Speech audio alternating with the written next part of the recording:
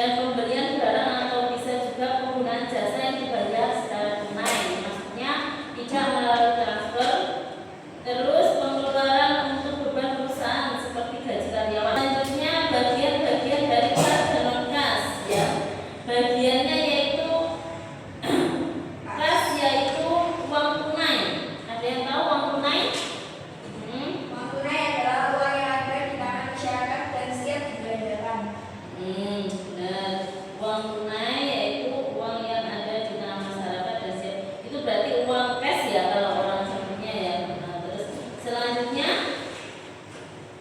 cek.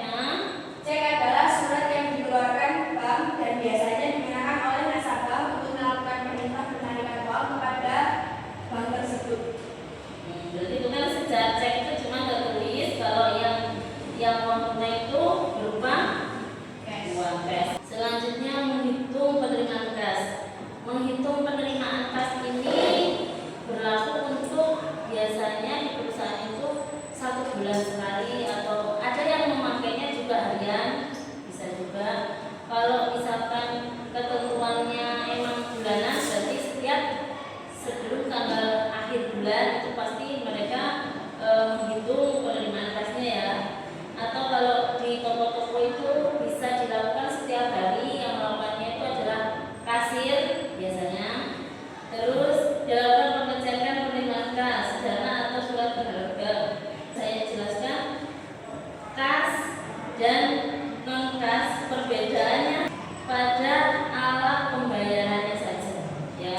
Kalau alat pembayaran kas berupa mata uang terdiri atas uang kertas atau uang logam, ya. Sedangkan non kas berupa pembelian atau berupa barang, ya. Berarti kas dan non kas perbedaannya begitu.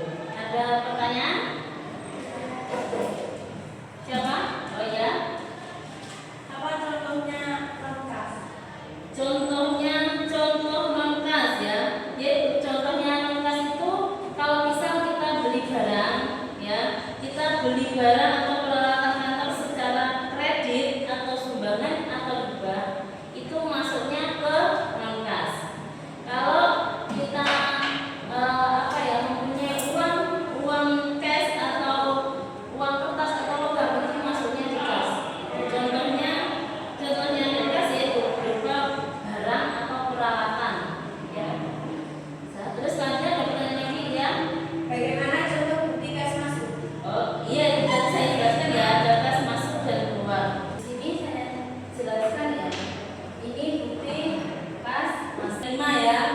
Ya di sini berarti isi yang mengeluarkan dari pihak SMK mengeluarkan pembayaran buku tulis ke Bapak Sukirman. Dan di sini paham kalau misalkan kalian ditanya caranya membuat bukti kas masuk. Kenapa kok bukti kas masuk tapi kok ternyata kita yang mengeluarkan? Karena uang kita keluar, ya kan, dan masuk ke Pak Sukirman ini tadi ya.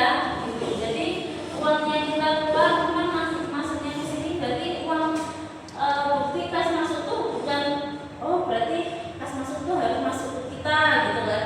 Enggak.